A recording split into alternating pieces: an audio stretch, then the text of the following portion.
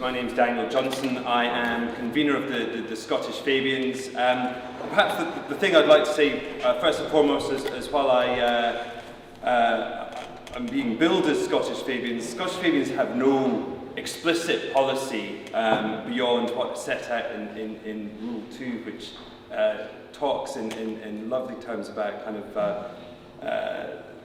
democratic control of the means of production in a way that our brethren in the Labour Party have got a little bit more scared of using language like that. So the things I'm saying today are very much in a personal capacity, but are very much chime with some of the things that we are trying to do.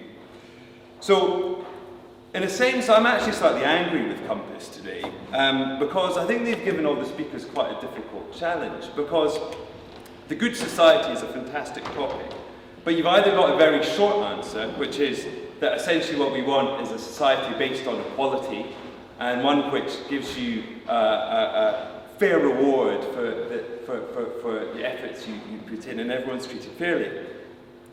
I'm guessing if I sat down at that point, a few people might be slightly upset with me. Unfortunately, the alternative is the long version, which is to discuss the econo-socio-political nature of our current society and try to dissect all the different aspects of it. And I'm guessing you'd be equally unhappy if I started threatening your lunch by talking for the 45 minutes I'd need to do that. But I think it is a really important topic. Fundamentally, the left and progressive politics is about change. We're brought to politics because we share an understanding that our society is imperfect and we need to change it in order to make it better and fairer. I think the problem that we've had is that in the past, that analysis has been quite strictly limited to the economic. If you look at the origins of left-wing politics, a lot of that was focused on control of the means of production, like I was pointing out in terms of the Fabian Society Rule 2. And I think the problem with that is that analysis is too narrow, that it doesn't take account of the full spectrum of human needs and requirements. And I think I'm very lucky to have followed on after Catherine, because I think she's done a really able presentation of precisely why that's a problem. That if you reduce the sort of well-being of society into sort of utilitarian and economic measures, you fail to capture the full spectrum of what human beings need. So what I'm proposing to talk about is hopefully a new political programme based on a more relational politics, one that seeks to step away from the atomism of the neoliberal model, and also recognising the fact that for a large part of the left's history, we've got trapped in a very kind of the politics of groups and kind of oppositionalism. And I think what we need to do is build a politics which is based on a view of individuals as interactive and social beings. So what I'm going to talk about borrows heavily upon work done by the IPPR, which is a think tank based in London and also in the north of England. They released a collection of essays back in November last year called The Relational State, which I think is one of a number of different projects which I think promises to deliver a new mode of political thinking and a new mode or a new form of political project for the left.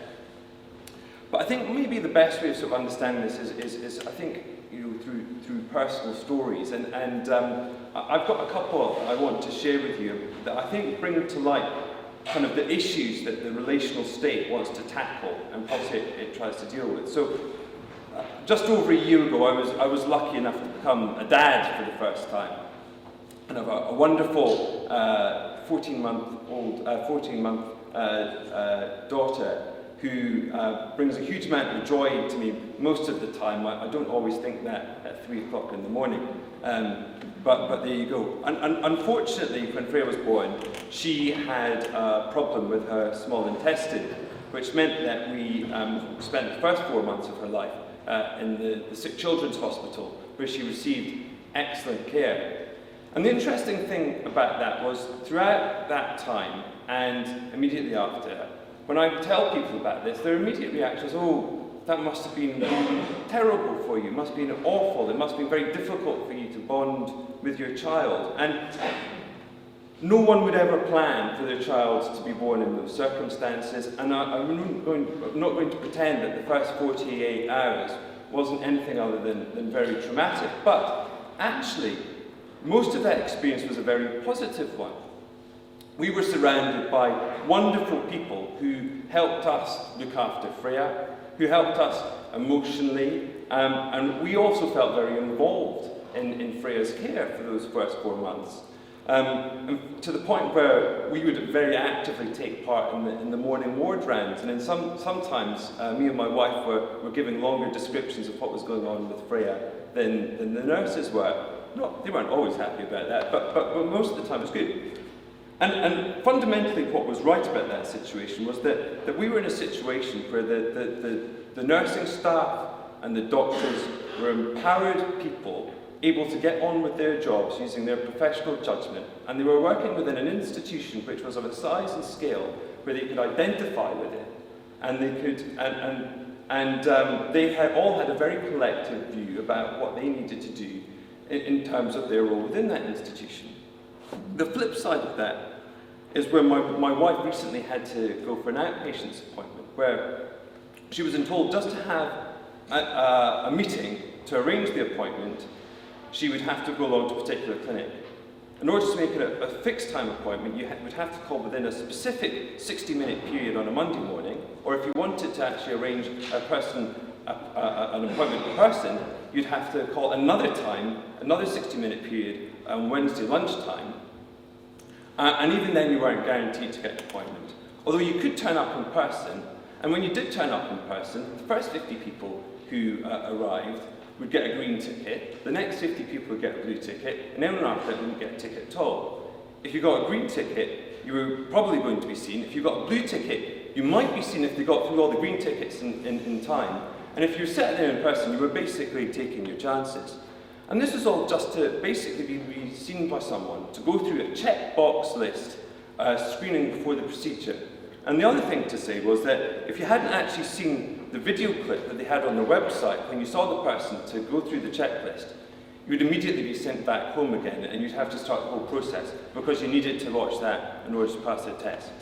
And I think that neatly summarises, I think, both the best and the worst aspects of the state as we have it now. When it's at its best, it's when it relates to people's human situations and their needs and their requirements, and the people working within it are empowered people able to use their own judgment. On the other extreme, I think we have situations with the state where people are following checkboxes, and the people using the services are essentially treated as outcomes and outputs from a process. And the relational state really attempts to tackle that. So how am I doing for time? I think I'm... Yeah, you wind up now. Okay.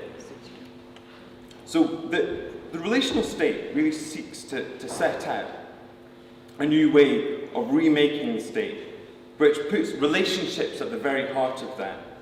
So to sort of sum that up very, very neatly, what it seeks to do is do two things. First of all is reorganize around a much more holistic idea of agency within the systems of government, so that people are entrusted, so that people are empowered as professionals within the state in order to use their own judgment to examine situations as they see them and act upon them. And secondly, that it seeks to re-engineer the state so that its interfaces deal with human beings on a relational level, treating them as individuals rather than trying to treat everyone as exactly the same and have an absolutely blanket set of approaches and outcomes. Secondly, it aims to change the understandings and aims of the state so that it evaluates its outcomes differently. So that it's not just trying to seek to promote a single set of measures, but it seeks to promote human relationships and the genuine human welfare, rather than economic measures. Now, I need to wind up, but there's a number of ways that we can do that. I think part of it is about pushing power down. I think part of it is about listening to communities and having communities feed into policy. And it's about having institutions and places which genuinely facilitate relationships and human interactions between the state and citizens. And I think we also need a politics which also feeds into that. And I think the political parties need to fundamentally change the way they do politics. So that rather than the top-down model, preaching model that we currently have, we have one which political parties see themselves as being the bridge between the population and the state, where they actively listen and seek to develop policy on the basis of what people say to them, and then they then try to enact that in government. And fundamentally, that's one of the things that we're trying to do with Scottish Fabians, is I think what we're trying to do is open up policy making so that it's a discursive process with people, and that we filter that up into the political discussions, political process, and ultimately into government. And I think this is clearly a huge topic, and I hope that I've done enough to sketch out what I believe both the relational state and relational politics could mean, but there's obviously an awful lot more work to be done, and hopefully I've done enough to stimulate discussion that will happen thereafter.